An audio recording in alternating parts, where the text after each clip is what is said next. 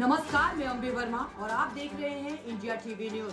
तो चलिए आगे बढ़ते हैं कुछ खास खबरों की ओर। भाजपा ओबीसी मोर्चा के राष्ट्रीय महामंत्री डॉक्टर निखिल आनंद ने आज ईडी गठबंधन को चुनौती देते हुए साफ लहजे में कहा कि पिछड़ा आरक्षण में सेंधमारी और ओबीसी की हकमारी बर्दाश्त नहीं की जाएगी।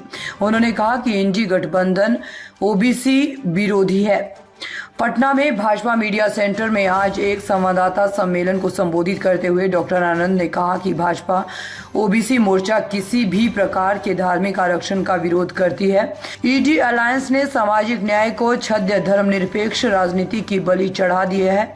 उन्होंने आह्वान करते हुए कहा है कि स्वर्ण उच्च जाति के मुसलमानों को ओबीसी के भीतर आरक्षण देने की कोशिश का मुस्लिम पसमादा समाज खुलकर विरोध करे।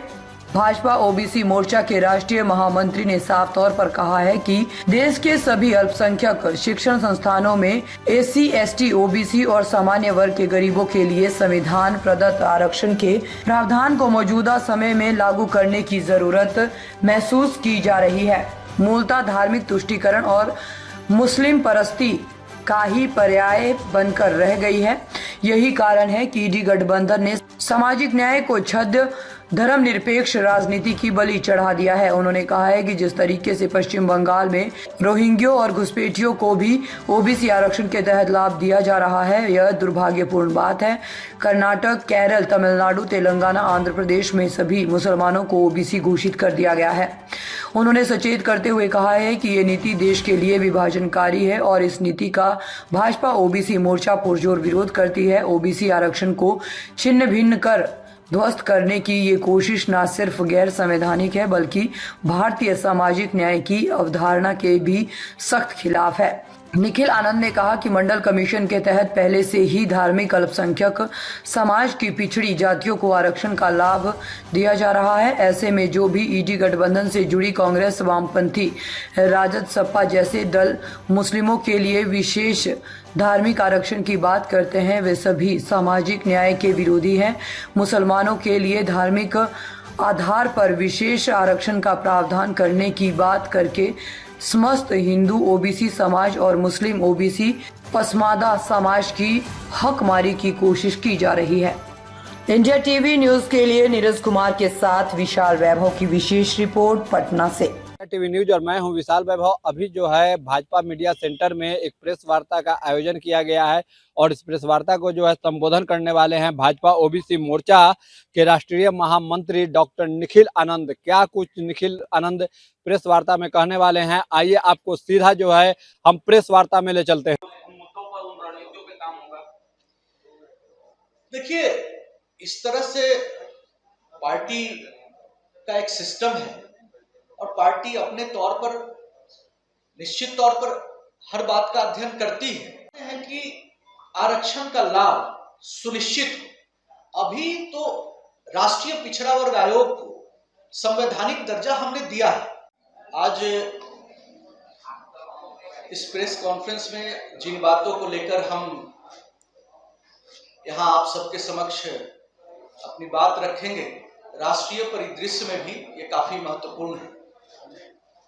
5 मिनट के लिए अंग्रेजी में अपनी बात रखने के बाद हम लोग हिंदी में उन बातों को दोहराएंगे और बाद में जो सवाल होंगे तो देखिए, प्रधानमंत्री नरेंद्र मोदी जी समाज के वंचित, शोषित, गरीब, ओबीसी, अति पिछड़े समाज का प्रतिनिधित्व करते हैं और इस वर्ग से आते हैं। ये हम सब के लिए गौरव की बात है कि हम सभी के वंचित, शोषित तबके से निकला हुआ शख्स आज देश के प्रधानमंत्री के पद पर काबिज है, जिसने भारत का मान सम्मान पूरी दुनिया में गौरवान्वित किया। और प्रधानमंत्री जी के खिलाफ आपको याद होगा कि अलका लांबा तो बहुत कांग्रेस की राजनीति में उनके मान सम्मान को सुनिश्चित करने के लिए बड़े काम किए हैं, ऐतिहासिक काम किए हैं। इसमें जो सबसे बड़ा कदम है वो राष्ट्रीय पिछड़ा वर्ग आयोग को संवैधानिक दर्जा देना और संवैधानिक दर्जा देने के बाद अब कम से कम ओबीसी आरक्षण पर कोई उंगली नहीं उठा सकता है, इस आरक्षण को खत्म करने की हिमाकत नहीं कर सकता है। लेकिन कांग्रेस के नेतृत्व वाली इंडिया अलायंस पार्टियां, जिसमें राष्ट्रीय जनता दल भी शामिल है, आज धार्मिक तुष्टीकरण और मुस्लिम परिस्थिति की नीति के तहत ओबीसी आरक्षण की हकमारी करने में लगी है। और जिस तरीके से कांग्रेस शासित कई राज्यों में, वामपंथी शासित राज्यों में पिछड़े वर्गों के आरक्षण के भीतर मुसलमानों के लिए विशेष कोटा का प्रावधान किया जा रहा है, यह दुर्भाग्यपूर्ण है और भाजपा ओबीसी मोर्चा इसका पुरजोर विरोध करेगी। और हम इस बात को सुनिश्चित करना चाहते हैं कि ओबीसी की हकमारी कतई बर्दाश्त नहीं की जाएगी। पश्चिम बंगाल के भीतर जिस तरीके से रोहिंग्या और घुसपैठियों को पिछड़े वर्ग का दर्जा देकर के ओबीसी के कोटा में शामिल किया गया, उनको आरक्षण का लाभ दिया जा रहा है, और पूरे मुस्लिम समाज को, जिसमें सवर्ण मुस्लिम भी शामिल है।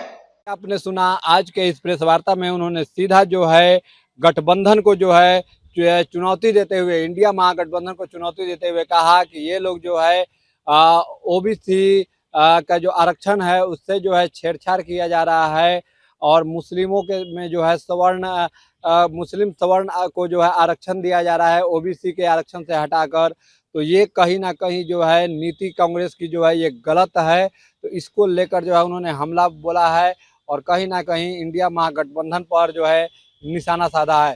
तो देखना है कि इस चुनावी मौसम में इस तरह के प्रेस वार्ता करके और इंडिया महागठबंधन पर जो उन्होंने निशाना साधा है, इसका क्या कुछ प्रतिक्रिया इंडिया महागठबंधन की ओर से देखने को मिलता है। तब तक के लिए बने रहिए इंडिया टीवी न्यूज़ के साथ।